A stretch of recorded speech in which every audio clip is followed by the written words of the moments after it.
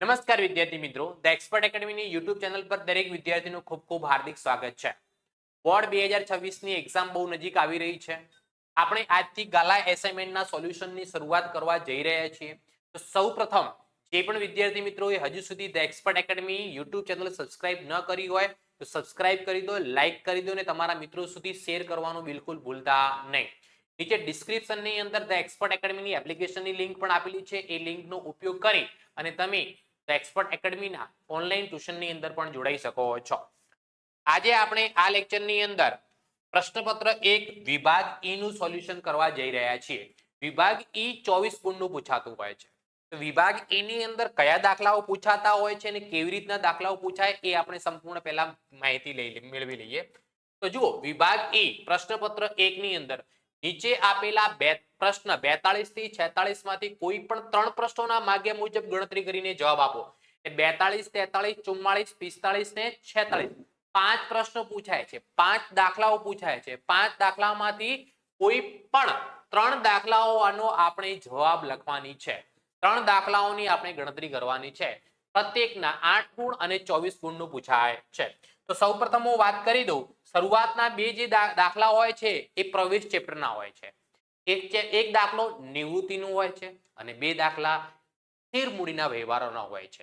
આ 5 દાખલાઓમાંથી ગમે તે આપણે 3 દાખલાઓ ગણી અને ભાગ ઈ નું સોલ્યુશન મેળવવાનું છે. હું તમને આ લેક્ચરની અંદર 5 દાખલાઓનું સોલ્યુશન કરાવીશ. તમને જે ફાવે એ તમે 3 દાખલાઓ કરી શકો છો. તો હવે આપણે વધારે સમય ન લેતા સૌથી પહેલા પ્રવેશનો દાખલો 42મા નંબરનો રવિ અને કિશન 2:1 ના પ્રમાણમાં નફો નુકસાન વેચતા એક પેઢીના ભાગીદારો છે. તારીખ 31 માર્ચ 2014 ના રોજથી પેઢીનું પાકું સરવૈયું નીચે મુજબ હતું. તેઓએ તારીખ 1/4/2024 થી સુશીલને નવા ભાગીદારે નીચેની શરતોએ પ્રવેશ આપ્યો, દાખલ કર્યો. છેલ્લો અહીંયા છું, ત્રણેય ભાગીદારોનું નવા નફા નુકસાનનું પ્રમાણ કેટલું આપેલું છે? 2:1:2. તો જૂનું પ્રમાણ આપેલું છે, નવું પ્રમાણ આપેલું છે. એ બંનેનો ઉપયોગ કરીને આપણે ત્યાગનું પ્રમાણ શોધી લઈએ. પ્રવેશની અંદર ત્યાગનું પ્રમાણ શોધવું બહુ જરૂરી છે. તો જુઓ, સૌથી પહેલા કોણ કોણ ભાગીદારો છે? રવિનો આર, કિશનનો કે અને સુશીલનો એસ. એમનું જૂનું પ્રમાણ દાખલામાં કયું આપેલું છે? તો કે 2:1, 2:1. નવું પ્રમાણ કયું આપેલું છે? તો કે 2:1:2. જૂનો ભાગ, નવો ભાગ. તો અહીંયા હવે કરીએ ભાગીદારે કરેલ ત્યાગ. ભાગીદારે કરેલ બરાબર સૂત્ર શું બને? તો કે જૂનો ભાગ માઇનસ નવો ભાગ. નો ભાગ માઇનસ નવો ભાગ. સૌથી પહેલા આર નો ત્યાગ લખી દઈએ. સૌથી પહેલા કોનો ત્યાગ? આર નો ત્યાગ. તો બરાબર, આર નો જૂનો ભાગ કેટલો છે? તો કે 2/3 માઇનસ નવો ભાગ કેટલો છે? તો કે 2/5. અહીંયા લસા કેટલો આવે? 5 અને 3 નો 15 લસા આવશે. અને 5 વડે ચોકડી ગુણાકાર ગુણાય એટલે 10 માઇનસ 6 એટલે આનો જવાબ કેટલો આવે? આપણો 4/15. બીજો ભાગીદાર કોણ છે? કે. તો લખીએ અહીંયા કે નો ત્યાગ. કે નો ત્યાગ બરાબર કે નો જૂનો ભાગ દાખલાની અંદર કેટલો આપેલો છે? 1/3 માઇનસ નવો ભાગ કેટલો આપેલો છે? 1/5. લસા કેટલો આવે? 15. 5 માઇનસ 3 કરું એટલે જવાબ કેટલો આવે? 2/15. 15 છેદ ઉડી જાય એટલે ત્યાગનું પ્રમાણ કયું બને? 4:2. બંનેને 2 વડે ભાગવું એટલે 2:1. આ આપણું કયું પ્રમાણ કહેવાય? ત્યાગનું પ્રમાણ કહેવાય. કયું પ્રમાણ? ત્યાગનું પ્રમાણ. પ્રવેશના દાખલામાં ત્યાગનું પ્રમાણ શોધવું પડે. ચાલો, એના પછી સુશીલ નવો ભાગીદાર 2 લાખ મૂડી તરીકે અને 48,000 પાઘડી પેટે રોકડા લાવશે. ચલો, નવો ભાગીદાર જો સૌથી પહેલા તો ખાતા કયા કયા બનશે? પુનઃ મૂલ્યાંકન ખાતું, ભાગીદારોના મૂડી ખાતા, રોકડ અથવા બેંક ખાતું અને પાકું સરવૈયું. આ 4 ખાતા બનાવવામાં આવશે. તો અહીંયા દાખલાની અંદર સુશીલ નવો ભાગીદાર 2 લાખ રૂપિયા રોકડા મૂડી તરીકે લાવે. રોકડ ખાતાની અંદર ઉધાર બાજુ લખીશું આપણે 2 લાખ રૂપિયા. કોના ખાતે લખીશું? સુશીલના મૂડી ખાતે. સુશીલની જગ્યાએ હું અહીંયા એસ લખું છું. એસ ના મૂડી ખાતે. અહીંયા ઉધાર અને એસ ના મૂડી ખાતે શું કરવાનું? જમા. તો મૂડી ખાતાની અંદર જમા બાજુ લખી દઈએ. અહીંયા રોકડા લાવે છે એટલે સામે કયું ખાતું છે? રોકડ ખાતે. કેટલી રકમ લખવામાં આવશે? 2 લાખ રૂપિયા. 2 લાખ રૂપીસ. ચલો, એના પછી દાખલાની અંદર પાઘડી કેટલી લાવે છે? 48,000. નવો ભાગીદાર પાઘડીની રકમ જે રોકડમાં લાવે એને પાઘડીનું પ્રીમિયમ કહેવામાં આવે. રોકડ ખાતાની અંદર ઉધાર બાજુ લખવામાં આવશે પાઘડીના પ્રીમિયમ ખાતે. કોના ખાતે? પાઘડીના પ્રીમિયમ ખાતે. આ પાઘડી મળે કોને? જૂના ભાગીદારોને. કયા પ્રમાણમાં? ત્યાગના પ્રમાણમાં, એટલે 2:1 ના પ્રમાણમાં. કેટલી છે? 48,000 ને વેચવાના છે 2:1 ના પ્રમાણમાં. મૂડી ખાતાની જમા બાજુ લખવામાં આવશે પાઘડીના પ્રીમિયમ ખાતે. 48,000 ને 2:1 ના પ્રમાણમાં વેચવાના છે. 48,000 ને કયા પ્રમાણમાં વેચવાના છે? 2:1 ના પ્રમાણમાં. 2 ને 1 3 થાય. 48,000 ભાગ્યા 3 કરું તો 16,000. 16,000 ગુણ્યા 2 કરું તો 16 દુ કેટલા આના? 32,000 અને કે ના કેટલા? 16 એકા 16,000. એસ ને કઈ ભાગ મળે નહીં. ચલો એના પછી શું હવાલો આપેલો છે? જમીન મકાનની કિંમત કેટલી વધારવી? 34,000 વધારવાની કીધી છે. જમીન મકાનની કિંમત આપણને દાખલામાં કેટલી વધારવાની કીધી છે? 34,000 રૂપિયા. તો જમીન મકાન આપણને આપેલું કેટલું છે? 1,44,000 રૂપિયા. પાકા સરવૈયામાં લખીએ જમીન મકાન 1,44,000 રૂપિયા પ્લસ એની અંદર વધારો કેટલો કરવાનો છે? 34,000. 1,44 પ્લસ 34 કરો એટલે કેટલો જવાબ આવે? 1,78,000. ફાયદો થયો કે નુકસાન થયો? તો કે ફાયદો કહેવાય. તો પુનઃ મૂલ્યાંકનની અંદર જમા બાજુ લખીશું કેટલા રૂપિયાનો ફાયદો? 34,000 નો. શું લખીશું વિગતના કોલમમાં? જમીન મકાન ખાતે. જમીન મકાન ખાતે લખવામાં આવશે. ક્લિયર? કમ્પ્લીટ ખબર પડે છે વિદ્યાર્થી મિત્રો? ચલો એના પછી નેક્સ્ટ હવાલો જોઈએ આપણે. યંત્રોની કિંમત 64,000 સુધી ઘટાડવી. તો યંત્રો કેટલા આપેલા છે આપણને? 80,000 ના આપેલા છે. પાકા સરવૈયામાં મિલકત લેણા બાજુ લખીએ. જુઓ યંત્રો આપણને કેટલા આપેલા છે? 80,000.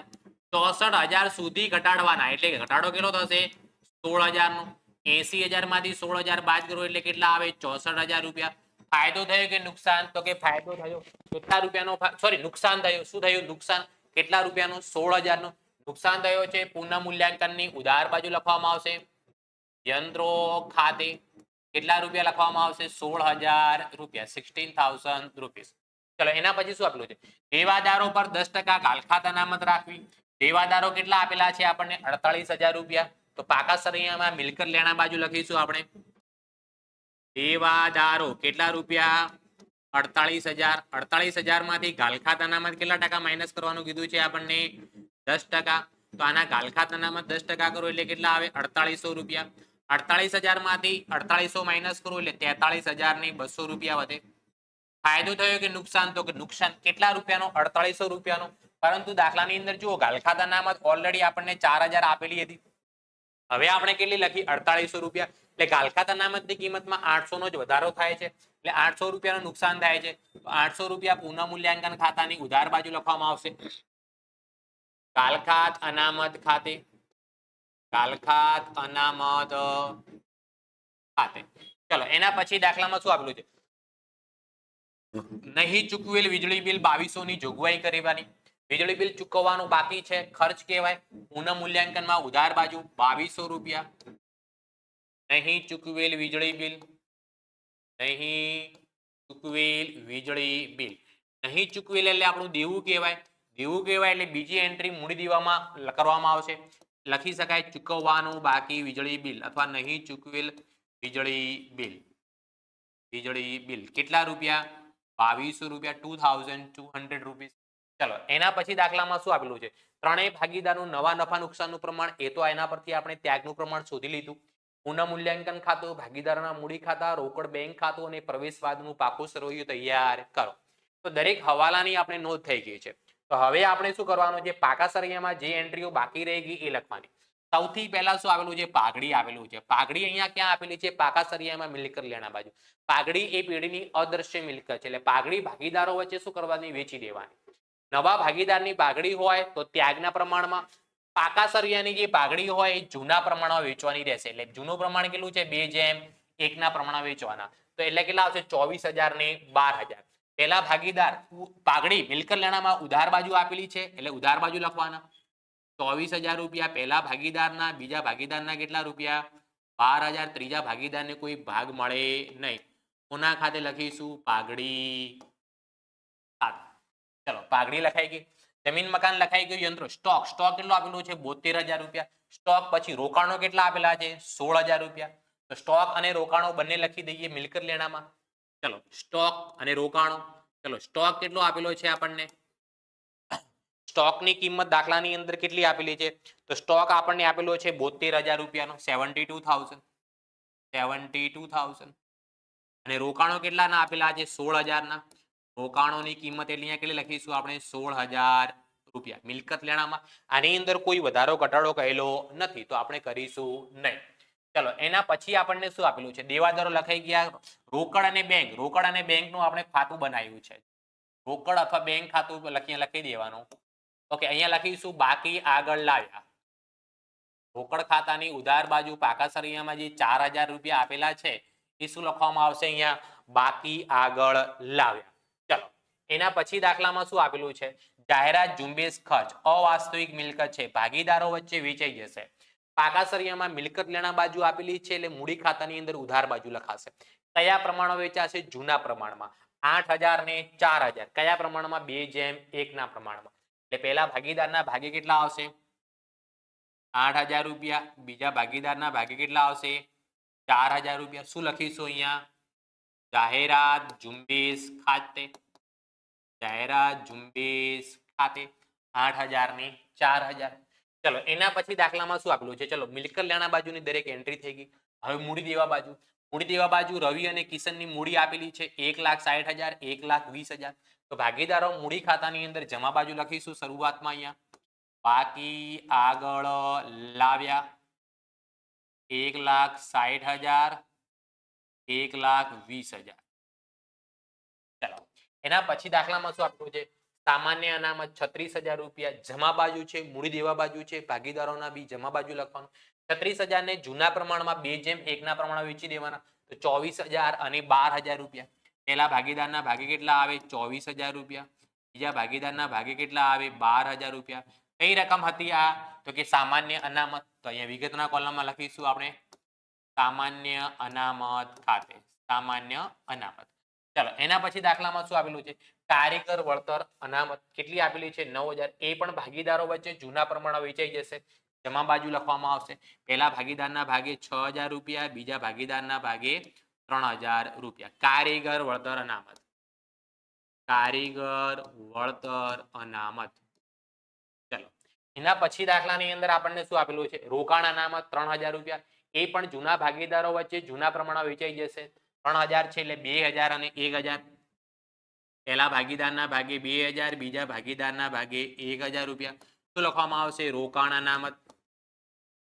રોકાણ અનામત. ચલો એના પછી દાખલામાં શું આપેલું છે? લેણદારો 56,000 રૂપિયા, દેવી હુંડી 24,000 રૂપિયા. તો આ ક્યાં લખી દેવાના? મૂડી દેવામાં. જેમ છે એમના એ જ. લેણદારો કેટલા આપેલા છે? 56,000 રૂપિયા. પછી દેવી હુંડી. ચલો તો દેવી હુંડીની રકમ કેટલી છે? તો દેવી હુંડી આપણને આપેલી છે 24,000 રૂપિયા. દરેક હવાલાની નોંધ થઈ ગઈ. પાકા સરિયામાં જે એન્ટ્રીઓ બાકી હતી એ પણ લખાઈ ગઈ. હવે આપણે શું કરવાનું છે? રહેશે ટોટલ કરવાનું રહેશે, સરવાળો કરવાનો રહેશે. સૌથી પહેલા પુનઃ મૂલ્યાંકનના સરવાળો. તો પુનઃ મૂલ્યાંકનમાં જમા બાજુનો સરવાળો થાય છે વધારે 34,000 રૂપિયા, 34,000. આ બાજુ બી 34,000 લખીશું. 34,000 માંથી 3 એન્ટ્રીઓ બાદ કરવાની એટલે 20,000 બાદ કરું એટલે 14,000 રૂપિયા વધે. સોરી અહીંયા 34,000 માંથી પહેલી એન્ટ્રી 16,800 અને 2,200 એટલે 15,000 રૂપિયા વધે. સોરી કેટલા વધે? 15,000 રૂપિયા. આ નફો કહેવાય. શું કહેવાય? નફો. કયો નફો કહેવાય? વેચણી પાત્ર નફો. જૂના ભાગીદારોને જૂના પ્રમાણમાં વેચી દેવાનો. પુનઃ મૂલ્યાંકનનો જે નફો આવે એ જૂના ભાગીદારોને મળે. કોને કોને મળશે? આર અને કે ને. કયા પ્રમાણમાં? જૂના પ્રમાણમાં. જૂનું પ્રમાણ કયું હતું? 2:1 ના પ્રમાણમાં. તો પહેલાના ભાગે કેટલા આવે? 10,000. બીજાના ભાગે કેટલા આવે? 5,000 રૂપિયા. આ બંનેની બીજી એન્ટ્રી ક્યાં કરી દેવાની? મૂડી ખાતામાં જમા બાજુ. નફો છે એટલે અહીંયા લખીશું પુનઃ મૂલ્યાંકન ખાતેથી લાવ્યા. પહેલાના ભાગે કેટલા છે? 10,000 રૂપિયા. બીજાના ભાગે કેટલા છે? 5,000. ત્રીજાને આની અંદર કઈ ભાગ મળે નહીં. હવે આપણે મૂડી ખાતાનો સરવાળો કરીશું. સૌથી પહેલી એન્ટ્રી કેટલી છે? 1,60,000, 24,000, 32,000, 6,000, 2,000 ને 10,000. આનો સરવાળો કેટલો થાય છે? 2,34,000. અહીંયા લખીશું 2,34,000, 2,34,000. આ બાજુ કેટલા લખવામાં આવશે? 2,34,000. 2,34,000 માંથી બે એન્ટ્રીઓ આપણે બાદ કરી દઈએ. પહેલી એન્ટ્રી 24,000 ની, બીજી એન્ટ્રી 8,000 ની. એટલે કેટલી રકમ વધે? 2,02,000 રૂપિયા મૂડી વધે. 2,02,000. શું લખીશું? તો કે બાકી આગળ લઈ ગયા. લઈ ગયા. ચલો હવે કે નો સરવાળો કરીએ. 1,20,000 ની પહેલી એન્ટ્રી, બીજી એન્ટ્રી કેટલી? 12,000, 16,000, 3,000, 1,000 અને 5,000. આનો સરવાળો કેટલો થાય છે? 1,57,000 રૂપિયા. 1,57,000. 1,57,000. 1,57,000 માંથી બે એન્ટ્રી બાદ કર દઉં. પહેલી એન્ટ્રી 12,000, બીજી 4,000. એટલે કેટલા વધે? 1,41,000 રૂપિયા. 1,41,000. નાવ નવા ભાગીદારની મૂડી કેટલી છે? 2 લાખ. એમાં તો કોઈ વધારો ઘટાડો નવી એન્ટ્રી આવી નથી. તો અહીંયા કેટલા લખીશું આપણે? 2 લાખના 2 લાખ.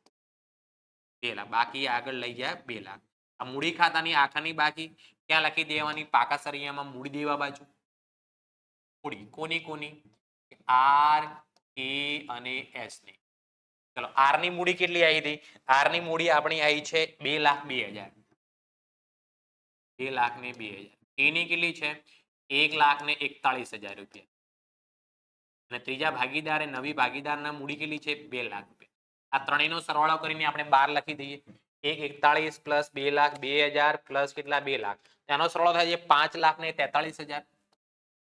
5,43,000. ચલો નાવ ટોટલ ઓફ રોકડ અને બેંક ખાતાનો 2,52,000 રૂપિયા. ઉધાર બાજુનો સરવાળો કેટલો થાય છે? 2,52,000.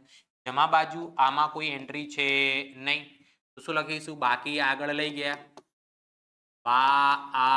લઈ ગયા. કેટલા રૂપિયા? 2,52,000. આ મિલકત છે. મિલકત લેણામાં લખાશે રોકડ અને બેંક સિલક. રોકડ અને બેંક ખાતું. કેટલા રૂપિયા આવ્યું? 2,52,000. 2,52,000. નાવ પાકા સરિયાનો બંને બાજુનું ટોટલ કરવાનો. દાખલાની અંદર પાકા સરિયામાં બંને બાજુનું ટોટલ કેવું આવવું જોઈએ? સરખું આવવું જોઈએ. તો જુઓ અહીંયા 5,43,000 વત્તા 2,200 વત્તા 56,000 વત્તા 24,000. આનો સરવાળો થાય છે 6,25,200. મૂડી દેવા બાજુ 6,25,200. મિલકત લેણામાં પહેલી એન્ટ્રી કેટલી છે? 1,78,000. 1,78,000. બીજી કેટલી છે? 64,000, 72,000, 16,000, 43,200 અને 2,52,000. 6,25,200. આવી રીતે દાખલો ગણશો તો કમ્પ્લીટ તમને કેટલા ગુણ મળી જશે? 8 ગુણ રોકડા મળી જશે પ્રવેશ ચેપ્ટરના. ઓકે. અને પ્રવેશ ચેપ્ટરની અંદરથી બે દાખલાઓ વિભાગ એ ની અંદર પૂછાતા હોય છે. દાખલા નંબર 42 અને દાખલા નંબર 43. ઓકે. આ દાખલામાં કમ્પ્લીટ વિદ્યાર્થી મિત્રો ખબર પડી? યસ અથવા નો કોમેન્ટ કરવાનું બિલકુલ નથી. ચલો આગળ વધીએ. હવે આપણે આગળ વધતા પહેલા ધોરણ 12 કોમર્સ ઓનલાઈન ટ્યુશન નામાના મૂળ તત્વો અને આંકડા શાસ્ત્રનું 100% 100% સિલેબસ મળી જશે. એની સાથે સાથે તમને શું મળશે આની અંદર? મોસ્ટ આઈએમપી બેચનું રિવિઝન. મોસ્ટ આઈએમપી જે બેચ છે એ બેચનું રિવિઝન તમને આની અંદર મળી જશે. બીજું એસાઇનમેન્ટનું સોલ્યુશન.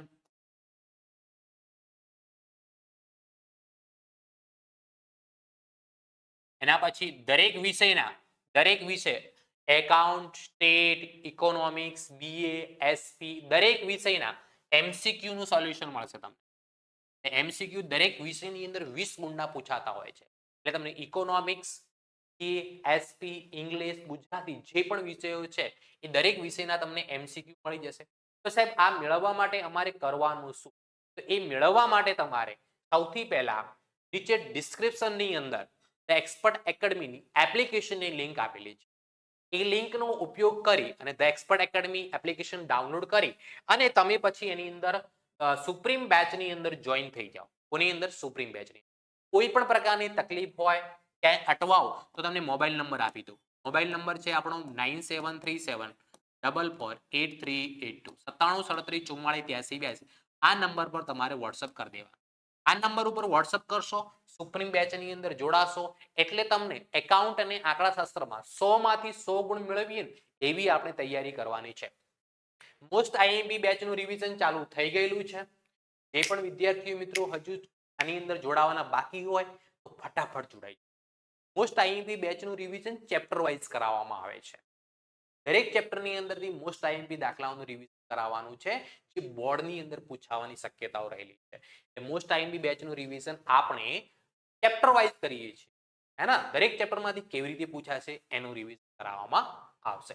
ઓકે, ચલો આગળ વધીએ હવે નેક્સ્ટ પ્રશ્ન તરફ. ઓકે, સૂર્ય અને ચંદ્ર 3:2 ના પ્રમાણમાં નફો નુકસાન વેચે છે. તારીખ 31 માર્ચ 2024 ના રોજનું તેમનું પાકું સરવૈયું નીચે મુજબ આપણને દાખલામાં આપેલું છે. તારાને તારીખ 1/4/2024 થી નીચેની શરતોએ નવા ભાગીદાર તરીકે દાખલ કરી. નવો ભાગીદાર કોણ આવે છે? તારા આવે છે. દાખલાની અંદર જુઓ, અહીંયા 7મા નંબરનો હવાલો.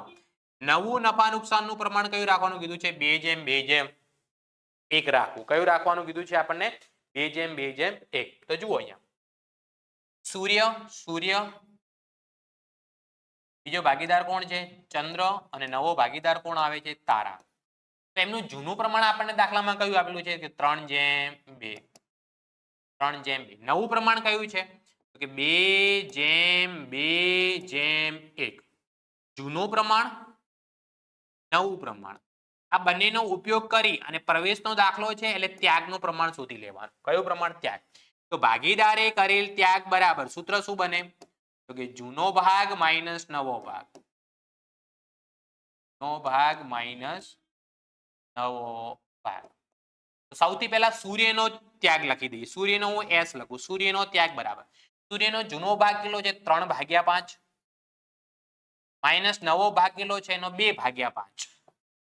3/5 લસા લેવાની જરૂર નથી કેમ કે છેદ સરખા છે એટલે 3 માંથી 2 જશે તો 1/5. એવી રીતે ચંદ્રનો C લખીએ આપણે. ચંદ્રનું જૂનો ભાગ કેટલું છે? 2/5 માઇનસ નવો ભાગ બી કેટલો છે? એનો 2/5. ચંદ્રને કોઈ પણ પ્રકારનો ત્યાગ અથવા લાભ થતો નથી. એટલે નવો ભાગીદાર જે પણ પાઘડી લાવશે એ ચંદ્રને નહીં મળે, ફક્ત કોને મળશે? સૂર્યને મળશે. ચાલો આગળ દાખલામાં શું કીધું છે?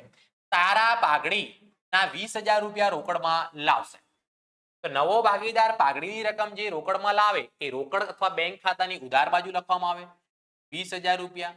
એને શું કહેવામાં આવે? પાઘડીનું પ્રીમિયમ. તો વિગતના કોલમમાં લખીશું પાઘડીના પ્રીમિયમ ખાતે. પાઘડીના પ્રીમિયમ ખાતે. અહીંયા ઉધાર અને એમના મૂડી ખાતે જમા. પાઘડીના પ્રીમિયમ ખાતે. નવો ભાગીદાર પાઘડી રોકડમાં લાવે એને પાઘડીનું પ્રીમિયમ કહેવામાં આવે. અને આ પાઘડીનું પ્રીમિયમ જૂના ભાગીદારો વચ્ચે ત્યાગના પ્રમાણમાં વેચવામાં આવે. તો અહીંયા તમે જાણો છો ફક્ત ત્યાગ કોણ કરી રહ્યો છે? સૂર્ય. તો 20,000 રૂપિયા જે આ નવો ભાગીદાર લાવે છે પાઘડી પેટે એ કોને આપી દેવાના? સૂર્યને. ચંદ્રને એની અંદર કઈ ભાગ મળશે નહીં કેમ કે ચંદ્ર કોઈ પણ પ્રકારનો ત્યાગ કરતો નથી. ચલો નેક્સ્ટ હવાલો જોઈએ. સગબન લેણાની જોગવાઈની જરૂર નથી. તો દાખલાની અંદર જુઓ દેવાદારો કેટલા આપેલા છે? 80,000. સગબન લેણાની જોગવાઈ કેટલી માઇનસ કરી લઈએ? 4,000. તો હવે આપણે સગબન લેણાની જરૂર નથી તો સૌથી પહેલા દેવાદારો જે 80,000 આપેલા છે એ દેવાદારો ડાયરેક્ટ ક્યાં લખી દઈએ? 12 લખી દઈએ. સગબન લેણાની જોગવાઈની કિંમત કેટલી થઈ ગઈ? 0 થઈ ગઈ. એની અંદર ઘટાડો થાય છે, ફાયદો કહેવાય. પુનઃ મૂલ્યાંકનમાં જમા બાજુ સગબન લેણાની જોગવાઈ, સગબંધ લેણાની જોગવાઈ કેટલા રૂપિયા? 4,000 રૂપિયા. સગબન લેણાની જોગવાઈ કેટલી આપેલી હતી? પાકા સરિયામાં જોઈ શકો 4,000 રૂપિયા. યંત્રોની કિંમતમાં 10% ઘટાડો કરવો. તો યંત્રો આપણને કેટલા આપેલા છે? 25,000 રૂપિયા. યંત્રો ક્યાં લખાય? પાકા સરિયામાં મિલકત લેણા બાજુ. યંત્રો ની રકમ કેટલા રૂપિયા? 25,000. એની અંદર 10% ઘટાડો કરો એ 2500 રૂપિયા માઇનસ થાય. 25,000 માંથી 2500 બાદ કરો એટલે કેટલા વધે? 22,500 રૂપિયા. આ 2500 રૂપિયા મિલકતની કિંમતમાં ઘટાડો થાય છે, નુકસાન કહેવાય. પુનઃ મૂલ્યાંકનની અંદર ઉધાર બાજુ. પુનઃ મૂલ્યાંકનની અંદર ઉધાર બાજુ કેટલા રૂપિયા? 2500 રૂપિયા. કોના ખાતે? કે યંત્રો ખાતે. કોના ખાતે લખવામાં આવશે? યંત્રો ખાતે. એના પછી મકાનની બજાર કિંમત 1 લાખ રૂપિયા છે. ચલો મકાન કેટલા આપેલું છે? જુઓ પાકા સરિયામાં 60,000 આપેલું છે ને આપણને હવાલામાં કીધું છે એની બજાર કિંમત કેટલી છે 1 લાખ. તો જુઓ મકાન આપણને પાકા સળિયામાં 60,000 આપેલું છે, નવી કિંમત 1 લાખ છે, એનો મતલબ 40,000 નો શું થઈ રહ્યો છે વધારો. ફાયદો થયો કે નુકસાન? તો કે ફાયદો. કેટલા રૂપિયાનો ફાયદો થયો? તો કે 40,000 નો. બીજી એન્ટ્રી પુનઃ મૂલ્યાંકનમાં કઈ બાજુ લખવામાં આવશે? જમા બાજુ. મકાન ખાતે, મકાન ખાતે કેટલા રૂપિયાનો ફાયદો થયો છે? 40,000 રૂપિયાનો. ચલો એના પછી રોકાણોની બજાર કિંમત 98,500 છે. રોકાણોની બજાર કિંમત કેટલી છે? 98,500. અહીંયા રોકાણો આપણને કેટલા આપેલા છે? 90,000 ના. રોકાણો ક્યાં લખાય? પાકા સરિયામાં મિલકત લેણા બાજુ. રોકાણોની આપણને પાકા સરિયામાં કિંમત કેટલી આપેલી? 90,000. નવી કિંમત 98,500 નક્કી થઈ એટલે 8,500 નો વધારો થાય. નવી કિંમત 12 લખવાની, 98,500. મિલકતની કિંમતમાં વધારો થાય એટલે ફાયદો કહેવાય. 8,500. પુનઃ મૂલ્યાંકનમાં કઈ બાજુ લખાશે? જમા બાજુ. રોકાણો ખાતે 8,500, 8,500 રૂપિયા. ચલો તારા મૂડી તરીકે સૂર્ય અને ચંદ્રની નવી પેઢીમાં કુલ મૂડીના 20% જેટલી મૂડી લાવશે. એ હવાલો છેલ્લે થશે. તારા જે છે એ સૂર્ય અને ચંદ્રની નવી પેઢીમાં જે મૂડી હોય ને એના 20%. એટલે આ હવાલો આપણે છેલ્લે કરવામાં આવશે. ઓકે, આ તો હવાલો થઈ ગયો, ત્યાગનું પ્રમાણ શોધી લીધું. સૂર્ય અને ચંદ્ર તેમની કુલ મૂડી તેમના સંબંધિત નવા નફા નુકસાનના પ્રમાણમાં રાખવી. જરૂરી ખાતા અને પાકું સરવૈયું તૈયાર કરો. આ પણ છેલ્લે કરવામાં આવશે. ઓકે, તો હવે આપણે પાકા સરિયાની જે એન્ટ્રીઓ બાકી રહી ગઈ એ લખી દઈએ આપણે. તો પાકા સરિયામાં એન્ટ્રીમાં સૌથી પહેલા શું આપેલું છે? બેંક. બેંકનું કોલમ આપણે બનાવ્યું છે. રોકડ અથવા બેંક ખાતું લખવામાં આવે, એની ઉધાર બાજુ લખવામાં આવશે અહીંયા. બાકી આગળ લાવ્યા. કેટલા રૂપિયા આપેલા છે? 56,000, 56,000 રૂપિયા. 56,000. ચાલો એના પછી દાખલામાં શું આપેલું? દેવાદારો થઈ ગયા. ઓકે, બધું લખાઈ ગયું છે. હવે આવી ગઈ આપણે મૂળ દેવામાં. શું આપેલું છે? પેલા સૌથી પહેલા લેણદારો કેટલા? 64,000. લેણદારો 64,000 ક્યાં લખાશે? પાકા સરિયામાં મૂડી દેવામાં લખી દઈએ અહીંયા. લેણદારો કેટલા રૂપિયા? 64,000, 64,000 રૂપિયા. ચાલો એના પછી દાખલામાં શું આપેલું છે? સામાન્ય અનામત ભાગીદારો વચ્ચે વેચાઈ જાય. રોકાણ વધઘટ અનામત પણ ભાગીદારો વચ્ચે વેચાઈ જશે. અહીંયા મૂડી દેવામાં આપેલી છે એટલે મૂડી ખાતાની જમા બાજુ લખીશું. આ બંને અનામત કયા પ્રમાણમાં વેચાશે? જૂના પ્રમાણમાં, એટલે કે 3:2 ના પ્રમાણમાં. એટલે 3 ને 2. ઓકે, પહેલા સામાન્ય અનામત છે તો આપણે સામાન્ય અનામત લખીએ. મૂડી ખાતાની અંદર જમા બાજુ સામાન્ય અનામત 12,000 જે આપેલી એ 3:2 ના પ્રમાણમાં વેચું તો પહેલાના ભાગે કેટલા આવે? 7200 રૂપિયા અને બીજાના ભાગે કેટલા આવે? 4800 રૂપિયા. એના પછી બીજી કઈ અનામત છે? રોકાણ વધઘટ અનામત. એ કેટલી છે? 6,000. તો અહીંયા જમા બાજુ લખવામાં આવશે. રોકાણ વધઘટ અનામત 6,000 આપેલી છે, 3:2 ના પ્રમાણ વેચું તો પહેલાના ભાગે 3600 અને બીજાના ભાગે કેટલા આવે? 2400 રૂપિયા. ચલો એના પછી દાખલામાં શું આપ્યું? કારીગર નફા ભાગ ભંડોળ. આ કારીગરોનો નફાની અંદર ભાગ છે, એની વેચણી કરવામાં આવશે નહીં. પેઢીનું દેવું કહેવાય એટલે મૂડી દેવામાં લખવાનો. કારીગર નફા ભાગ ભંડોળ. કારીગર નફા ભાગ ભંડોળ. ચલો તો કારીગર નફા ભાગ ભંડોળની કિંમત આપણને દાખલામાં કેટલી આપેલી છે? તો કે 45,000, 45,000, 45,000 રૂપિયા. ચલો એના પછી શું આપેલું છે? મૂડી ખાતા. સૂર્યના 1 લાખ, ચંદ્રના 80,000. તો મૂડી ખાતાની જમા બાજુ લખવામાં આવશે. બાકી આગળ લાવ્યા. સૂર્યના કેટલા? 1 લાખ રૂપિયા અને ચંદ્રના 80,000 રૂપિયા. ચલો મૂડી ખાતામાં દરેકની એન્ટ્રી લખાઈ ગઈ. હવે આપણે સૌપ્રથમ પુનઃ મૂલ્યાંકન ખાતાનો સરવાળો કરીશું. અહીંયા પુનઃ મૂલ્યાંકન ખાતામાં જુઓ જમા બાજુ સરવાળો વધારે દેખાય છે. પહેલી એન્ટ્રી કેટલી છે? 4,000 વત્તા 40,000 વત્તા 8,500. આનો ટોટલ થાય છે 52,500. 52,500, 52,500. અહીંયા બી કેટલા લખવાના આપણે? 52,500. અહીંયા લખીશું બાકી આગળ લઈ ગયા. સોરી, બાકી આગળ લઈ ગયા નહીં આવે. આ નફો કહેવાય. નફો કહેવાય એટલે મૂડી ખાતે લખવાનું. ભાગીદારોના મૂડી ખાતે એને વેચણી પાત્ર નફો લખીએ. વેચણી પાત્ર નફો કોને કોને મળશે? આ વેચણી પાત્ર નફો જૂના ભાગીદારોને, સૂર્ય અને ચંદ્રને. કુલ થાય કેટલો 52,500 માંથી 2500 બાદ કરો એટલે કેટલા રૂપિયા 50,000 રૂપિયા વધે. કયા પ્રમાણમાં વેચવાનું? જૂના પ્રમાણમાં, એ 3:2 ના પ્રમાણમાં.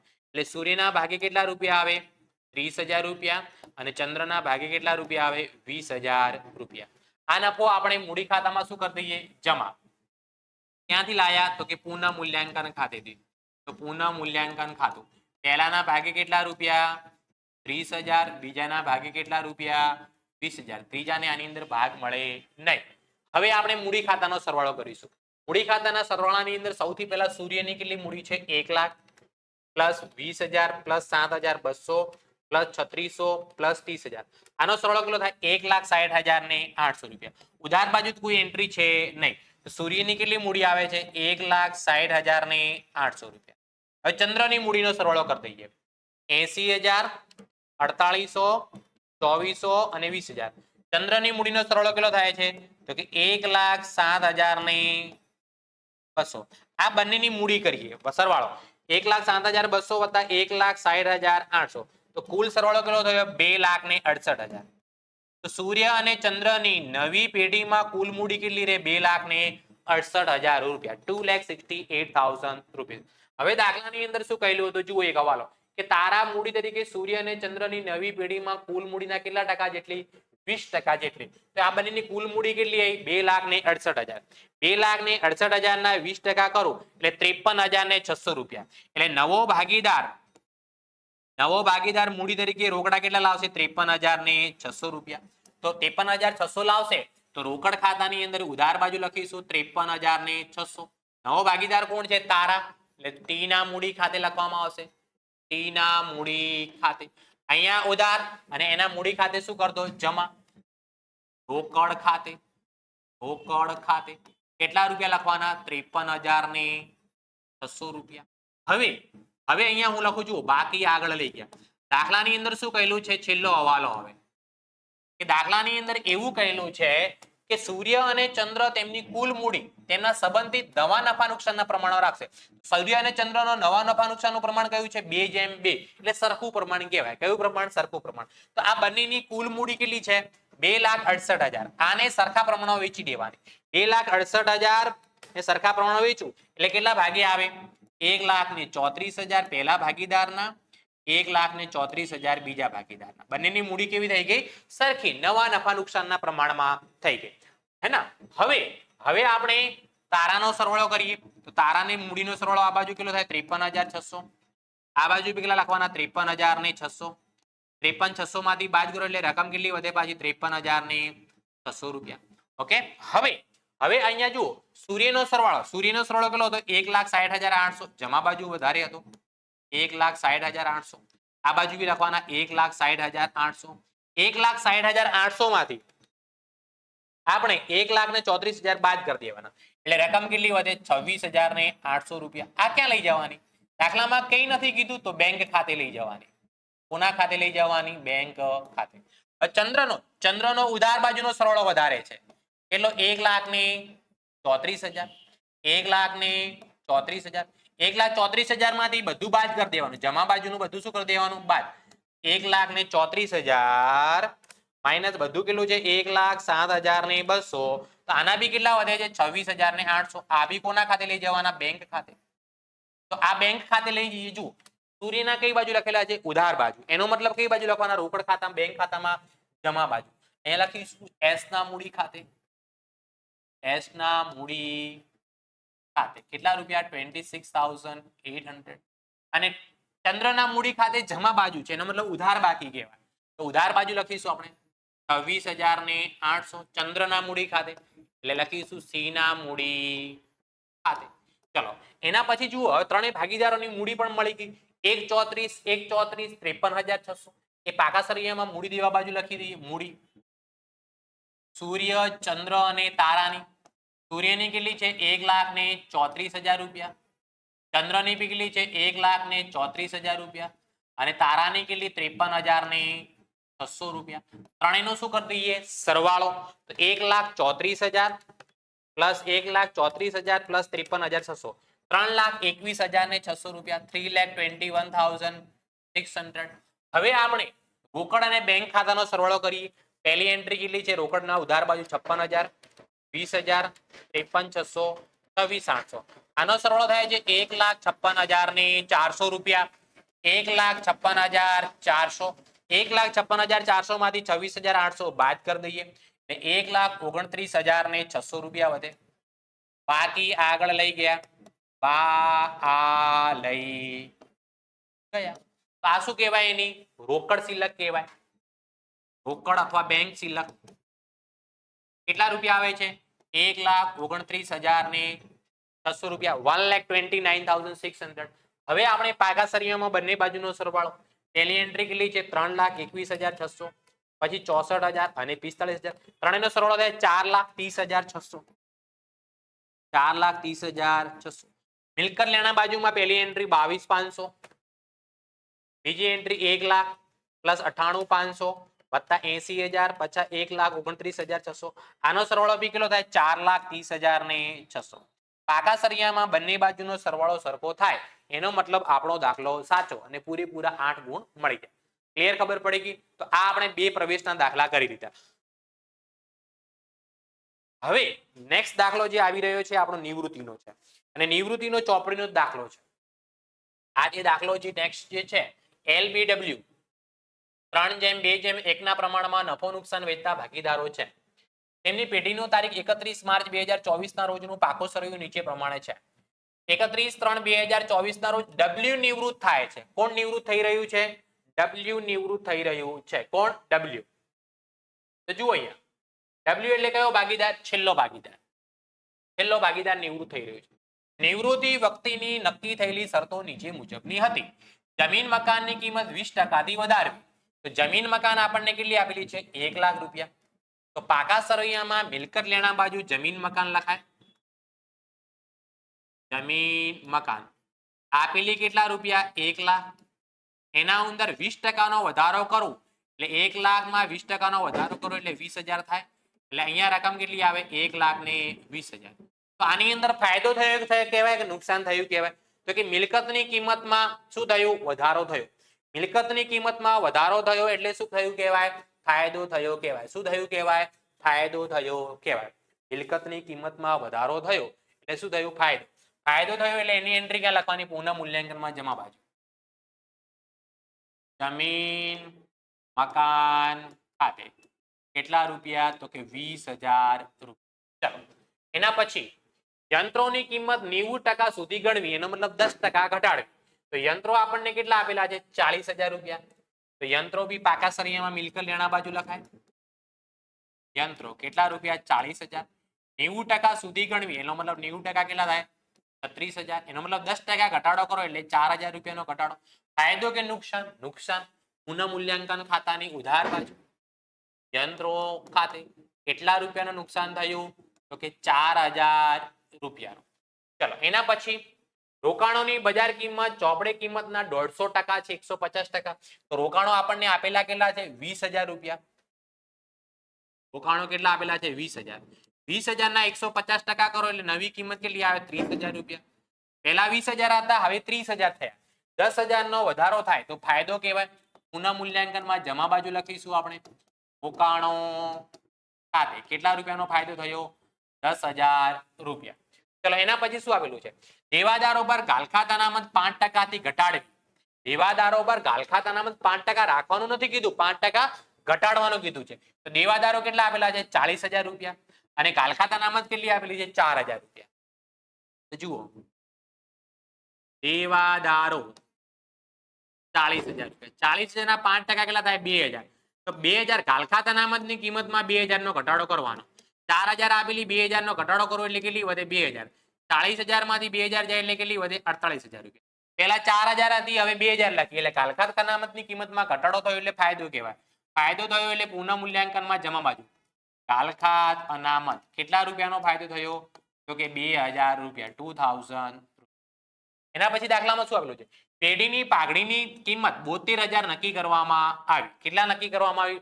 72,000. તો અહીંયા કોણ નિવૃત્ત થઈ રહ્યું છે? W. તો W ના ભાગની પાઘડી શોધી લઈએ. W ની પાઘડી બરાબર આખી પેઢીની પાઘડી કેટલી? 72,000 રૂપિયા. નિવૃત્ત જે ભાગીદાર થઈ રહ્યો છે એનો ભાગ કેટલો હતો? W નો 1. 3 ને 2 5, 5 ને 1 6, 1 ભાગ્યા 6 એટલે એને 72,000 રૂપિયા આપવાના. કેટલા આપવાના? સોરી 12,000 રૂપિયા. નિવૃત્ત થતા ભાગીદારને 12,000 રૂપિયા આપવાના. આ 12,000 આપે કોણ? બાકીના ભાગીદારો. કયા પ્રમાણમાં? તો નિવૃત્તિની અંદર હોય તો લાભના પ્રમાણમાં. કયા પ્રમાણમાં? લાભના પ્રમાણમાં. તો અહીંયા દાખલાની અંદર ફક્ત જૂનું પ્રમાણ જ આપેલું છે, નવું પ્રમાણ કે લાભના પ્રમાણ વિશે માહિતી આપેલી નથી. તો જૂનું પ્રમાણ એ જ લાભનું પ્રમાણ બનશે. જુઓ, LBW 3 ભાગીદારો છે, 3:2:1 ના પ્રમાણમાં. તો નવું પ્રમાણ કયું બનશે? 3:2. અને લાભનું પ્રમાણ બી કયું બનશે? 3:2. તો આ 12,000 રૂપિયા આપવાના છે. તો 12,000 કોણ કોણ આપશે? તો કે L અને B. કયા પ્રમાણમાં? તો કે 3:2 ના પ્રમાણમાં. એટલે L ને કેટલા આપવાના? જુઓ અહીંયા 7200 રૂપિયા. અને આને કેટલા આપવાના? 4800 રૂપિયા. તો 7200 ને 4800 રૂપિયા L અને B ના ખાતે ઉધાર કરીએ. L ના ખાતે ઉધાર કેટલા? 7200. B ના ખાતે ઉધાર કેટલા? 4800. કોને આપવાના છે? આ W. એટલે લખીશું W ના મૂડી ખાતે. ચાલો, W ના મૂડી ખાતે જમા કરવામાં આવશે 7200 રૂપિયા L ના, W ના કેટલા? 4800 રૂપિયા. આને સામે લખીએ L ના મૂડી ખાતે, L ના મૂડી ખાતે, અને અહીંયા લખીએ P ના મૂડી ખાતે, P ના મૂડી ખાતે. ચલો, પાઘડીની એન્ટ્રી થઈ ગઈ. એક કર્મચારીને 4,000 રૂપિયા પગાર ચૂકવવાનો બાકી છે, હે ના? તો પુનઃ મૂલ્યાંકનમાં ઉધાર બાજુ પહેલી એન્ટ્રી, ચૂકવવાનો બાકી પગાર કેટલા રૂપિયા? 4,000. ચૂકવવાનો બાકી છે એટલે દેવું કહેવાય. બીજી એન્ટ્રી પાકા સરિયામાં મૂડી દેવા બાજુ લખાય. ચૂકવવાનો બાકી પગાર કેટલા રૂપિયા લખવામાં આવશે? 4,000 રૂપિયા, 4,000 રૂપીસ. ચાલો, એના પછી L અને B એટલી રોકડ પેઢીમાં લાવશે કે જેથી W ની લેણી રકમ ચૂકવાઈ જાય અને પેઢીમાં 28,000 કાર્યશીલ મૂડી માટે શિલ્લક રહે. કેટલા રૂપિયા? 28,000 રૂપિયા કાર્યશીલ મૂડી માટે શિલ્લક રહે. એનો મતલબ એ રોકડ ખાતાની આખરની બાકી કહેવાય. રોકડ ખાતાની અંદર બાકી આગળ લઈ ગયા કેટલા રાખવાના? 28,000 રૂપિયા, 28,000 રૂપિયા. ચાલો, આ રોકડ પાછી ક્યાં લખાય? પાકા સરિયામાં મિલકત લેણા બાજુ. રોકડ અથવા બેંક શિલ્લક લખી શકાય. રોકડ અથવા બેંક શિલ્લક કેટલા રૂપિયા? આખરે આવી 28,000 રૂપિયા. ચલો, હવે અને નવી પેઢીમાં નવી મૂડી તેમના નફા નુકસાનના પ્રમાણમાં થાય. જરૂરી ખાતા તૈયાર કરી નવી પેઢીનું પાકું સરવૈયું તૈયાર કરો. તો 7મા નંબરની અહેવાલો હજુ અડધો બાકી છે, અડધી એન્ટ્રી થઈ ગઈ છે. હવે આપણે પાકા સરિયામાં જે લખવાનું બાકી રહી ગયું એ લખી દઈએ. જમીન સ્ટોક, સ્ટોક કેટલો આપેલો છે? 20,000 રૂપિયા. પાકા સરિયામાં મિલકત લેણા બાજુ લખાશે. સ્ટોક કેટલા રૂપિયા? 20,000, 20,000 રૂપિયા. ચલો, સ્ટોક પછી શું આપેલું છે? દેવાદારો લખી કે રોકડ, રોકડ ખાતાની ઉધાર બાજુ લખી દઈશું. બાકી આગળ લાવ્યા, બાકી આગળ લાવ્યા કેટલા રૂપિયા? 4,000 રૂપિયા. ચલો, એના પછી મિલકત લેણા બાજુ બધું લખાઈ ગયું. મૂડી દેવામાં મૂડી પહેલી 60,000, 40,000, 20,000. મૂડી ખાતામાં જમા બાજુ લખી દઈએ અહીંયા. બાકી આગળ લાવ્યા પહેલાના કેટલા છે? 60,000, બીજાના કેટલા? 40,000, W ના કેટલા? 20,000 રૂપિયા. ચલો, એના પછી દાખલામાં આપણને આગળ શું કીધું છે? સામાન્ય અનામત કેટલી છે? 12,000 રૂપિયા. ના પ્રમાણમાં વેચી દેવી 3:2:1 ના પ્રમાણમાં. 3 ભાગીદારોને મળશે. સામાન્ય અનામત 3:2:1 ના પ્રમાણમાં વેચું તો પહેલાને મળે 6,000 રૂપિયા, બીજાને મળે 4,000 રૂપિયા અને ત્રીજાને મળે 2,000 રૂપિયા. ચલો, એના પછી શું આપેલું છે? લેણદારો 88,000. પાકા સરિયામાં મૂડી દેવામાં લખી દઉં. લેણદારો કેટલા રૂપિયા? 88,000, 88,000 રૂપિયા. ચલો, હવે દરેક વ્યવહારની નોંધ થઈ ગઈ છે. હવે આપણે સરવાળો કરીશું. સૌથી પહેલા પુનઃ મૂલ્યાંકન ખાતાનો. પુનઃ મૂલ્યાંકન ખાતાનો જમા બાજુનો સરવાળો કેટલો થાય છે? 32,000 રૂપિયા, 32,000. આ બાજુ બી કેટલા લખીશું? 32,000. 32,000 માંથી 32,000 માંથી 4,000 અને 4,000 બાદ કરું એટલે કેટલા વધે? 24,000 રૂપિયા, 24,000. શું લખવામાં આવશે? વહેંચણી પાત્ર નફો. વહેંચણી પાત્ર નફો કોને કોને મળે? જૂના ભાગીદારોને, એટલે L, B ને W, 3 ને. કયા પ્રમાણમાં? જૂના પ્રમાણમાં 3:2:1 એકના પ્રમાણ. તો પહેલાના ભાગે કેટલા આવે? 12,000 રૂપિયા. બીજાના ભાગે કેટલા આવે? 8,000. અને ત્રીજાના ભાગે કેટલા આવે? 4,000 રૂપિયા. અહીંયા ઉધાર છે, મૂડી ખાતામાં જમા લખવામાં આવે. પુનઃ મૂલ્યાંકન ખાતાનો નફો. પહેલાના ભાગે કેટલા છે? 12,000. બીજાના ભાગે કેટલા? 8,000. ત્રીજાના ભાગે કેટલા? 4,000. નાઉ સૌથી પહેલા સરવાળો નિવૃત્તિની અંદર નિવૃત્ત થતા ભાગીદારનો કરવાનો. તો કોણ નિવૃત્ત થઈ રહ્યું છે? ડબલ્યુ. તો ડબલ્યુ ની જો પહેલી એન્ટ્રી કેટલી છે? 20,000, 2,000, 7,200, 4,800 અને 4,000. 38,000 રૂપિયા. 38,000. 38,000.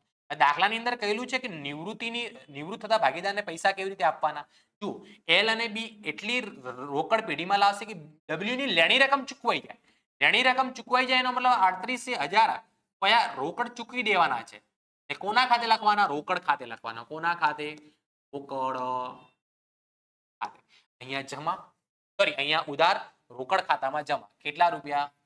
38,000 રૂપિયા. કોના ખાતે લખીશું? ડબલ્યુ ના મૂડી ખાતે. હવે અહીંયા દાખલાની અંદર ડબલ્યુ ના આપણે જુઓ, છેલ્લે આપણને હવાલામાં શું કહેલું હતું? ડબલ્યુ ની લેણી રકમ ચૂકવાઈ જાય અને પેઢીમાં 28,000 કાર્યશીલ મૂડી માટે સિલક રહે. નવી પેઢીમાં નવી મૂડી તેમના નફા નુકસાનના પ્રમાણમાં થાય. તો એલ અને બી નવી પેઢીમાં એમની નવી મૂડી કયા પ્રમાણમાં રાખશે? 3:2 ના પ્રમાણમાં રાખશે. કાર્યશીલ મૂડી આપેલી છે, એનો મતલબ જુઓ અહીંયા રોકડ ખાતાની આખરની બાકી મળી ગઈ, એ આપણે પાકા સરિયામાં મિલકત લેણા બાજુ લખી દીધી. પાકા સરિયામાં મિલકત લેણા બાજુ કોઈ એન્ટ્રી બાકી છે નહીં. તો હવે આપણે મિલકત લેણા બાજુનો સરવાળો કરીએ.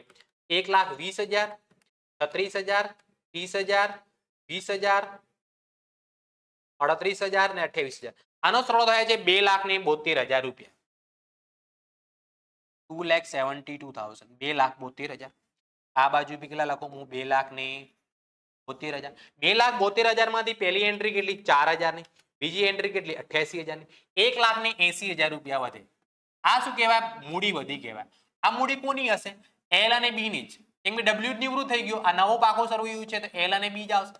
અને દાખલામાં કેટલું છે? એલ અને બી એમની મૂડી નવા નફા નુકસાનના પ્રમાણમાં એટલે 3:2 ના પ્રમાણમાં રાખશે. તો 1,80,000 ને હું 3:2 ના પ્રમાણમાં વેચી દઉં. 3 ને 2 કેટલા થાય? 5 ગુણ્યા 3. તો પહેલા બધા ભાગી 1,08,000 આવે. અને બીજાના ભાગે કેટલા આવે? 72,000. 72,000. 1,08,000, 72,000. તો અહીંયા આપણને દાખલામાં બાકી આગળ લઈ ગયા પાકા સરવૈયા ઉપરથી મળ્યું. બાકી આગળ લઈ ગયા. પહેલા ભાગીદારના કેટલા આયા? 1,08,000. બીજા ભાગીદારના કેટલા આયા? 72,000. ત્રીજાના કઈ ખબર છે નહીં. હવે આપણે જુઓ એલ અને બી નો ટોટલ કરવાનો છે મૂડી ખાતાનો. તો સૌથી પહેલા એલ નો ઉધાર બાજુનો સરવાળો વધારે છે. જુઓ 7200 વત્તા 1,08,000 કેટલો સરવાળો થાય? 1,15,200. તો આ બાજુ કેટલા લખું હું? 1,15,200. 1,15,200 માંથી પહેલી એન્ટ્રી કેટલી બાદ કરવાની? 60,000 માઇનસ 6,000 માઇનસ 12,000. કેટલા વધે? 37,200 રૂપિયા રોકડમાં લાવવાના રહેશે. કોના ખાતે લખી દેવાના? તફાવતની રકમ રોકડ ખાતે. કેમ કે બાકી આગળ લાવ્યા તો આવી ગયા છે. હવે એવી રીતે બી નો સરવાળો બી ઉધાર બાજુ વધારે થાય છે. 4,800 વત્તા 72,000 એટલે કેટલા થાય? 76,800. આ બાજુ બી કેટલા લખવાના? 76,800. 76,800 માંથી પહેલી એન્ટ્રી કેટલી? 40,000. બીજી કેટલી? 4,000. એના પછી 8,000. કેટલા વધે? 24,800 રૂપિયા. કેટલા વધે? 24,800. 24,800. ઓકે, આ કોના ખાતે લખવાના? રોકડ ખાતે. અહીંયા જમા છે રોકડ ખાતામાં ઉધાર બાજુ. એલ ના કેટલા? 37,200. તો અહીંયા લખીએ 37,200. એલ ના મૂડી ખાતે. એલ ના મૂડી ખાતે. અને પછી બી ના મૂડી ખાતે બી લખવામાં આવશે. ત્યાં બી આપણને જમા બાજુ આપેલા છે. ત્યાં જમા તો અહીંયા ઉધાર. બી ના કેટલા છે? 24,800 રૂપિયા. 24,800. હવે રોકડ ખાતાનો બંને બાજુનો સરવાળો સરખો થવો જોઈએ. કેમ કે બાકી આગળ લઈ ગયા તો આપણને આપેલું હતું. તો હવે રોકડ ખાતામાં પહેલી એન્ટ્રી ઉધાર બાજુની કેટલી? 4,000, 37,200, 24,800. આનો સરવાળો કેટલો થાય? 66,000 રૂપિયા. 38,000 ને 28,000 બી કેટલા થશે? 66,000. 66,000 રૂપિયા. ચલો, દરેક વિદ્યાર્થીને કમ્પ્લીટ ખબર પડી?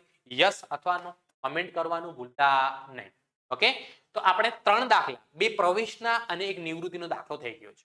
હવે વિભાગ ઈ ની અંદર બે દાખલા જે હશે બાકીના એ શેર મૂડીના હશે, એ પણ અત્યારે આપણે સોલ્યુશન કરીશું. એટલે વિડીયો તમે એન્ડ સુધી જોજો એટલે તમને કમ્પ્લીટ વિભાગ ઈ ના 5 દાખલાઓનું કમ્પ્લીટ ખબર પડી જશે. ઓકે, ચાલો આગળ વધીએ. આગળ વધતા પહેલા ધોરણ 12 કોમર્સ ઓનલાઈન ટ્યુશન નામાંના મૂળ તત્વો અને આંકડાશાસ્ત્રની અંદર 100% સિલેબસ તમને આની અંદર મળી જશે. હે ને? તો સાહેબ આના માટે શું કરવાનું? તો પ્લે સ્ટોર માંથી જઈ અને the expert academy application download કરવાની, અથવા તો નીચે ડિસ્ક્રિપ્શન ની અંદર ધ એક્સપર્ટ એકેડમીની એપ્લિકેશનની લિંક આપેલી છે, અથવા તો તમને વોટ્સઅપ નંબર આપી દઉં. જો લિંક ન મળે તો આપણો વોટ્સઅપ નંબર 9737448382. આ નંબર પર તમે સંપર્ક કરીને પણ એપ્લિકેશનની લિંક મેળવી શકો છો. નીચે ડિસ્ક્રિપ્શનમાં વોટ્સએપ ગ્રુપની લિંક પણ આપેલી છે, ટેલિગ્રામ ગ્રુપની લિંક પણ આપેલી છે. સાહેબ આ એપ્લિકેશન ડાઉનલોડ કરવાથી અમને શું ફાયદો થશે? જુઓ, તો સૌથી પહેલા તો 100% બંને વિષયનું સિલેબસ મળી જશે. પછી બીજું શું મળશે? મોસ્ટ આઈએમપી બેચનું રિવિઝન મળશે. મોસ્ટ આઈએમપી બેચનું રિવિઝન એને કહી શકાય ક્રેશ કોર્સ, જે છેલ્લા મહિનાની અંદર આપણે તૈયારી કેવી રીતે કરવી એનું તમને સંપૂર્ણ સોલ્યુશન મળી જશે. બીજું, દરેક વિષયના એમસીક્યુ નું સોલ્યુશન. દરેક વિષય હોય એમસીક્યુ નું સોલ્યુશન. દરેક વિષયમાં એકાઉન્ટ, સ્ટેટ, ઇકો, બીએ બધા વિષયો આવી ગયા, હે ને? એના પછી તમને શું મળશે? એસાઇનમેન્ટ નું સોલ્યુશન.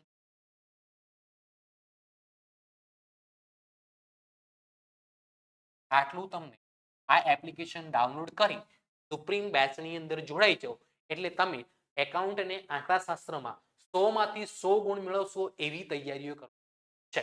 તો જેમ બને એમ જલ્દીથી તમારે જોડાવાનું છે, વધારે સમય વેસ્ટ કર્યા વગર.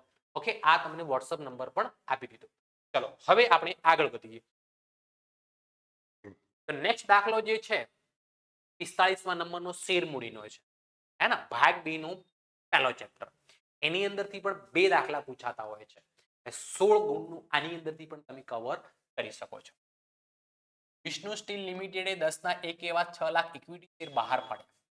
જુઓ, હવે શેર મૂડીનો કોઈ પણ દાખલો હોય ને, સૌથી પહેલા શું લખવાનું? બહાર પાડેલ શેર.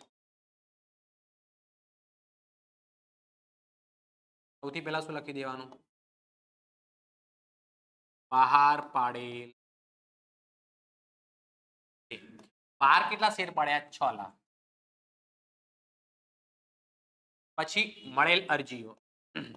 અરજીઓ કેટલી મળી એ લખવાનું. કોઈ પણ દાખલો હોય, અરજીઓ કેટલી મળી એ લખવાનું. ચલો હવે આગળ વધીએ. એના પર નીચે મુજબ રકમ મંગાવવામાં આવી હતી. અને જુઓ, આમનોટ લખવાની જે છે ને એ બાબત જે વગર લખવાની. બાબત જેની કોઈ આમનોટમાં જરૂર નથી. અરજી સાથે કેટલા રૂપિયા મંગાયા? 3 રૂપિયા. તો જુઓ અહીંયા લખું,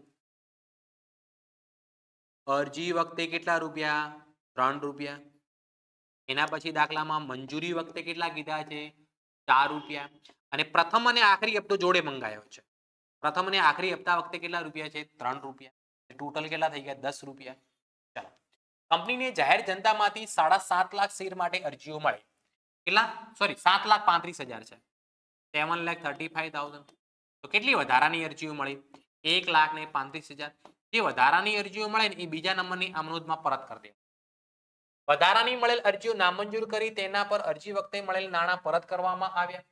રામ એક શેર હોલ્ડર છે જેનું નામ છે રામ, જેમના 1,000 શેર મંજૂર કરવામાં આવ્યા હતા. એની જોડે કેટલા શેર હતા? 1,000. તેને મંજૂરી અને આખરી હપ્તાની રકમ ચૂકવી ન હતી. મંજૂરીના પૈસા ન ભર્યા, આખરી હપ્તાના બી ભર્યા નથી. રહીમ બીજો ભાગીદાર કોણ છે? તો કે રહીમ, જેના 600 શેર મંજૂર કરવામાં આવ્યા હતા. કેટલા શેર છે એના? 600. તેને આખરી હપ્તાની રકમ ચૂકવી ન હતી. એનો મતલબ અરજી ના આપી દીધા, મંજૂરી ના આપી દીધા, આખરી હપ્તાના ચૂકવ્યા નથી. કંપની જે શેર પર હપ્તા બાકી હતા તે શેર શું કર્યા? જપ્ત કર્યા. આ બંને શેર શું કરી દીધા? જપ્ત કરી દીધા. જપ્ત કરેલા બધા શેર દીઠ 7 રૂપિયા. આ બંને શેર રૂપિયા 7 લેખે ફરીથી બહાર પાડ્યા, હે ને? ઉપરના વ્યવહારો નોંધવા કંપનીના ચોપડે જરૂરી લખો. તો કેટલા હપ્તામાં પૈસા મંગાયા? 3. દરેક હપ્તાની 2 આમનોંધ થાય એટલે 3 દુ 6 આમનોંધ, એક જપ્તીની 7 આમનોંધ, એક શેર ફરીથી બહાર પાડવાની 8મી આમનોંધ, અને 9મા નંબરની આમનોંધ જે શેર જપ્ત થતા ફાયદો થયો હોય એની રકમ મૂડી અનામતમાં લઈ જવાની. આ દાખલાની અંદર કુલ 9 આમનોંધ કરવામાં આવશે. સૌથી પહેલા અરજીની આમનોંધ થશે. તો અરજીની આમનોંધમાં પહેલી આમનોંધ, આમનોંધ નંબર 1 શું લખવામાં આવશે? બેંક ખાતે ઉધાર. બેંક ખાતે ઉધાર. તે ઇક્વિટી શેર અરજી ખાતે તે ઇક્વિટી શેર અરજી ખાતે કેટલી અરજીઓ મળી છે તો કે 7,35,000 અરજી વખતે કેટલા રૂપિયા મંગાવેલા છે 3 રૂપિયા તમે રકમ જોઈ શકો છો તો 7,35,000 ગુણ્યા કેટલા કરવાના 3 એટલે કેટલો જવાબ આવે 22,05,000 રૂપિયા 22,05,000 રૂપિયા ઉધાર કરવાના અને 22,05,000 રૂપિયા જમા કરવા બીજા નંબરની આમનોંધ જે જમા કર્યું હોય ને ઉધાર કરી દેવાનું પહેલા નંબરની આમનોંધમાં જે જમા કર્યું હોય બીજા નંબરની આમનોંધમાં ઉધાર ઇક્વિટી અરજી ખાતી ઉધાર તે ઇક્વિટી શેર ખાતે અને વધારાની અરજીઓ જે પરત કરી તે કોના ખાતે લખવાની કે બેંક ખાતે લખવાની ચાલો તો અહીંયા અરજી ખાતે જમા કેટલા કરેલા 22,05,000 તો ઉધાર બી કેટલા કરવાના 22,05,000 મૂડી ખાતે કેટલા રહી જવાના બહાર કેટલા પડેલા છે 6 લાખ 6 લાખ ગુણ્યા અરજી વખતે આપણે કેટલા રૂપિયા મંગાયા 3 6 લાખ ગુણ્યા 3 કરવું એટલે કેટલા થાય 18 લાખ રૂપિયા પરત શેર કેટલા કરવાના છે 1,35,000 તો કેટલા અરજી વખતે લીધા 3 રૂપિયા 1,35,000 ગુણ્યા 3 કરો એટલે કેટલા રૂપિયા પરત કરવાના આપણે 4,05,000 ચલો બંને એન્ટ્રી અરજીની થઈ ગઈ હવે મંજૂરીની આમનું મંજૂરીના પૈસા મંગાવવામાં આવે ત્યારે એમનું શું થશે અહીંયા ઇક્વિટી શેર મંજૂરી ખાતે ઉધાર તે ઇક્વિટી શેર મૂડી ખાતે મંજૂરીમાં કેટલા રૂપિયા મંગાયા જુઓ મંજૂરી વખતે આપણે 4 રૂપિયા મંગાયા બહાર પડેલ શેર કેટલા છે 6 લાખ 6 લાખ ગુણ્યા 4 કરો એટલે અહીંયા રકમ કેટલી આવશે 6 ચોક 24 લાખ રૂપિયા 6 લાખ ગુણ્યા 4 કરો 6 ચોક 24 લાખ રૂપિયા ચાલો હવે મંજૂરીના પૈસા મળે એટલે ચોથા નંબરની આમનોંધ પૈસા મળે એટલે શું આવે પૈસા બેંક ખાતે ઉતાર મંજૂરીમાં પૂરેપૂરા પૈસા મળતા નથી જે નથી મળતા એ કોના ખાતે લખવાના મળવાના બાકી હપ્તા ખાતે ઉધાર તે કોના ખાતે ઇક્વિટી શેર મંજૂરી ખાતે ઇક્વિટી શેર મંજૂરી ખાતે ચલો ઇક્વિટી શેર મંજૂરી ખાતે ત્રીજા નંબરની આમનોંધમાં આપણે 24 લાખ ઉધાર કર્યા જમા બી કેટલા કરવાના 24 લાખ રૂપિયા જમા કરવાના 24 લાખ હવે મંજૂરીમાં કોણ પૈસા નથી ભરતો રામ કેટલા શેરના 1000 શેરના એક શેરના કેટલા રૂપિયા 4 એટલે 1000 ગુણ્યા 4 કરો એટલે 4,000 રૂપિયા નથી મળતા 24 લાખમાંથી 4,000 ના મળે કેટલા મળે 23,96,000 ચલો હવે કોનો વારો આવ્યો પ્રથમ અને આખરી હપ્તાનો પાંચમી એન્ટ્રી ઇક્વિટી શેર પ્રથમ અને આખરી હપ્તા ખાતે ઉધાર તે ઇક્વિટી શેર મૂડી ખાતે ચલો આ ઇક્વિટી શેર પ્રથમ અને આખરી હપ્તામાં કેટલા રૂપિયા મંગાવેલા છે 3 રૂપિયા બહાર પાડેલ શેર કેટલા છે 6 લાખ 6 લાખ ગુણ્યા 3 કરવું એટલે કેટલી રકમ આવશે અહીંયા 18 લાખ રૂપિયા 18 લાખ ઉધાર કરીશું અને 18 લાખ જમા કરીશું હવે પ્રથમ હપ્તાના પૈસા મળે તો પ્રથમ હપ્તાના પૈસા મળે એટલે છઠ્ઠા નંબરની આમનોંધમાં પૈસા મળે એટલે કોના ખાતે લખવામાં આવે બેંક ખાતે ઉધાર પૂરેપૂરા પૈસા મળે છે તો કે ના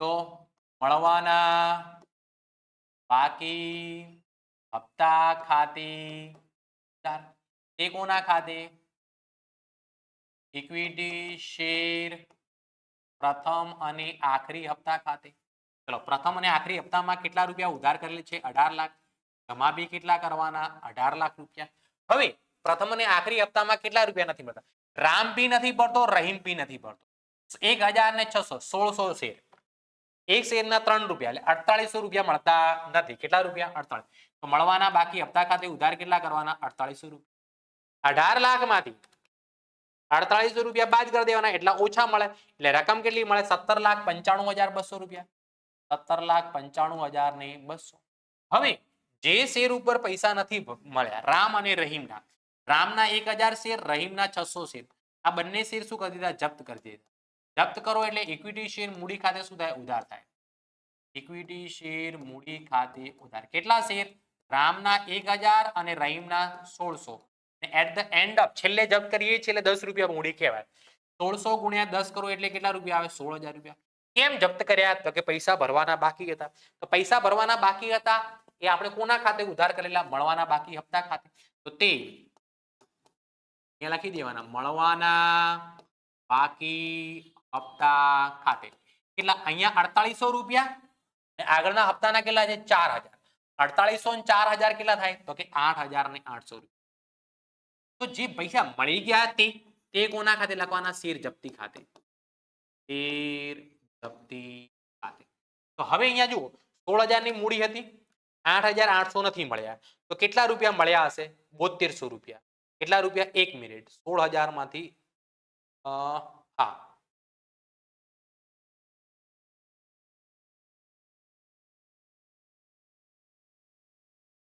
ઓકે, કેટલા રૂપિયા મળ્યા હશે? 72. હવે આ કંપનીએ શેર શું કર્યા? ફરીથી બહાર પાડ્યા. ફરીથી બહાર પાડે એટલે કંપનીને પૈસા મળે. કંપનીને પૈસા મળે એટલે બેંક ખાતે ઉધાર થાય. કેટલા શેર જપ્ત કરેલા હતા? 1600. ફરીથી પૂરેપૂરા શેર બહાર પાડ્યા. ફરીથી કેટલા રૂપિયા બહાર પાડ્યા એ પણ આપણે લખ્યું છે. રૂપિયા 7. કેટલા રૂપિયા? 7 રૂપિયા. 1600 ગુણ્યા કેટલા કરવાના? 7. તો 1600 ગુણ્યા 7 કરો તો રકમ કેટલો આવે? 11200. 3 રૂપિયાનું નુકસાન થયું. જે નુકસાન થયું એ કોના ખાતે ઉધાર કરવાનો? તો કે શેર જપ્તી ખાતે ઉધાર. કેટલા રૂપિયા? તો કે 1600 ગુણ્યા 3 એટલે કેટલા રૂપિયા થાય? 4800 રૂપિયા. એ કોના ખાતે જમા કરવાના? ઇક્વિટી શેર મૂડી ખાતે. ઇક્વિટી શેર મૂડી ખાતે. કેટલા રૂપિયા લખાશે? 16000 રૂપિયા. હવે જુઓ અહીંયા દાખલાની અંદર શેર જપ્ત કર્યા એટલે આપણને જે પૈસા મળી ગયા 7200 રૂપિયાનો ફાયદો કહેવાય. નુકસાન સામે કેટલો? 4800 રૂપિયા. તો 7200 માંથી હું 4800 માઇનસ કરું એટલે શેર જપ્તીના કેટલા આવશે? 2400 રૂપિયા. તો છેલ્લી એન્ટ્રી શું થશે અહીંયા?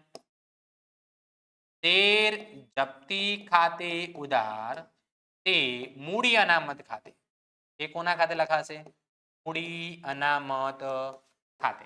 કેટલા રૂપિયા? 2400, 2400 અને 2400.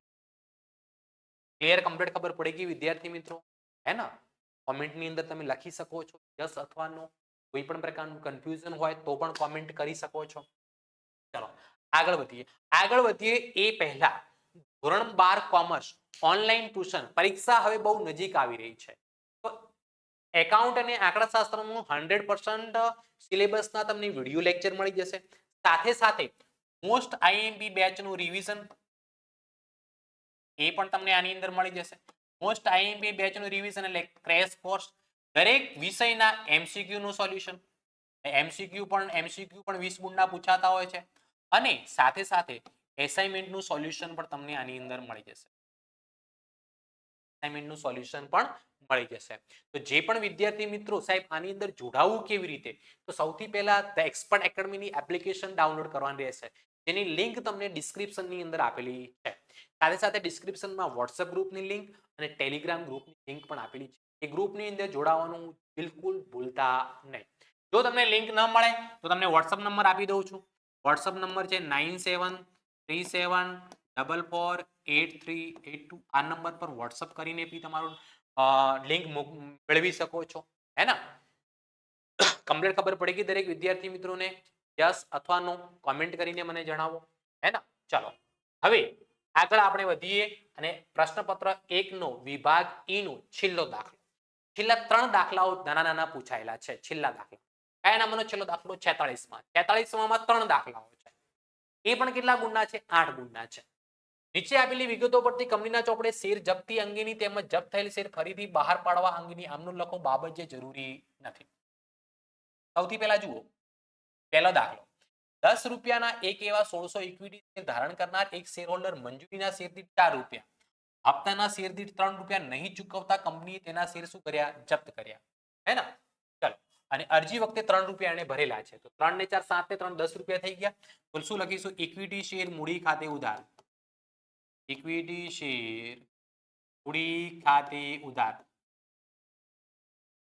કેટલા શેર જપ્ત કર્યા? 1600.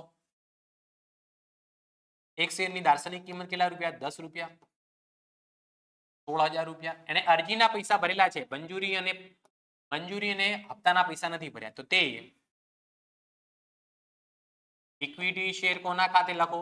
મંજૂરી ખાતે. તો મંજૂરીના કેટલા નથી ભરેલા? મંજૂરી શેર દીઠ 4 રૂપિયા. 1600 ગુણ્યા 4 એટલે કેટલા? 16 ચોક 6400 રૂપિયા. પછી હપ્તાના નથી ભરેલા તો તે ઇક્વિટી શેર હપ્તા ખાતે. ઇક્વિટી શેર કોના ખાતે? હપ્તા ખાતે. હપ્તાના કેટલા રૂપિયા નથી ભરેલા? 3 રૂપિયા. તો 1600 ગુણ્યા 3 એટલે કેટલા થશે? 4800 રૂપિયા. તો જે ભરેલા હશે શેર અરજીના ભરેલા છે તે કોના ખાતે જમા થશે? શેર જપ્તી ખાતે. 16000 માંથી બંને એન્ટ્રી બાદ કરો એટલે કેટલા વધે? 4800 રૂપિયા વધે. હે ને? ચલો હવે આગળ દાખલામાં શું કીધું છે? જપ્ત થયેલ શેર દીઠ 8 લેખે ફરીથી બહાર પાડવામાં આવે. ફરીથી બહાર પાડો એટલે કંપનીને પૈસા મળે. કંપનીને પૈસા મળે એટલે કોના ખાતે ઉધાર થાય? બેંક ખાતે ઉધાર. કેટલા રૂપિયા? 1600 ગુણ્યા 8. 1600 ગુણ્યા 8. તો 1600 ગુણ્યા આપણે 8 કરીએ કેલ્ક્યુલેટરમાં તો 12800 રૂપિયા. ઓકે, 2 રૂપિયાનું નુકસાન થયું. 10 રૂપિયાનો શેર હતો. તો શેર જપ્તી ખાતે બી ઉધાર કરવાના. શેર જપ્તી ખાતે ઉધાર. કેટલા રૂપિયા? તો કે 1600 ગુણ્યા 2 એટલે કેટલા થાય? 3200. તે ઇક્વિટી શેર મૂડી ખાતે લખવાના. તે ઇક્વિટી શેર મૂડી ખાતે કેટલા લખા છે? 16000 રૂપિયા. ચલો એના પછી છેલ્લી આમ નોંધ. અહીંયા આપણને શેર જપ્તીમાં ફાયદો કેટલો થયો? 4800 રૂપિયા. નુકસાન કેટલો થયો? 3200 રૂપિયા. 4800 માંથી 3200 બાદ કર દો. કેટલા વધે? 1600 રૂપિયા. તો ત્રીજા નંબરની આમ નોંધમાં શેર જપ્તી ખાતે ઉધાર તે મૂડી અનામત ખાતે. તે મૂડી અનામત ખાતે કેટલા રૂપિયા? 1600 અને ક્લિયર? ઓકે ચલો નેક્સ્ટ દાખલો બીજા નંબરનો જોઈ લઈએ. એસકે કંપની લિમિટેડે અમૂલના દર એવા 10 ના 300 શેર જપ્ત કર્યા. અમૂલે અરજી તથા મંજૂરી પેટે 5 ભર્યા હતા. જ્યારે પ્રથમ હપ્તા અને બીજા હપ્તાના અનુક્રમે 3 અને 2 રૂપિયા ભર્યા ન હતા. ઓકે તો પહેલી એન્ટ્રી જપ્ત કરી એટલે શું લખાય? ઇક્વિટી શેર મૂડી ખાતે ઉધાર. ઇક્વિટી શેર મૂડી ખાતે કેટલા શેર છે? તો કે 300 શેર. એક શેરના કેટલા રૂપિયા? 10. 300 ગુણ્યા 10 કરીશ એટલે કેટલા આવશે? 3000 રૂપિયા. એને ક્યારે ક્યારે પૈસા નથી ભર્યા? પ્રથમ હપ્તા અને બીજા હપ્તાના. તો તે ઇક્વિટી શેર પ્રથમ હપ્તા ખાતે. પ્રથમ હપ્તાના કેટલા રૂપિયા છે? તો કે 3 રૂપિયા. તો 300 ગુણ્યા 3 કરું એટલે કેટલા આવે? 900 રૂપિયા. પછી આખરી હપ્તાના બીજા હપ્તાના તે ઇક્વિટી શેર બીજા હપ્તા ખાતે. બીજા હપ્તાના કેટલા? 2. 300 ગુણ્યા 2 કરું એટલે કેટલા? 600 રૂપિયા. તો જે આને ભરી દીધા છે તે કોના ખાતે લખવાના? શેર જપ્તી ખાતે. શેર જપ્તી ખાતે કેટલા રૂપિયા લખવામાં આવશે? 1500. ક્લિયર? ચાલો હવે કંપની આ શેર પોતાની પાસેની રાખે.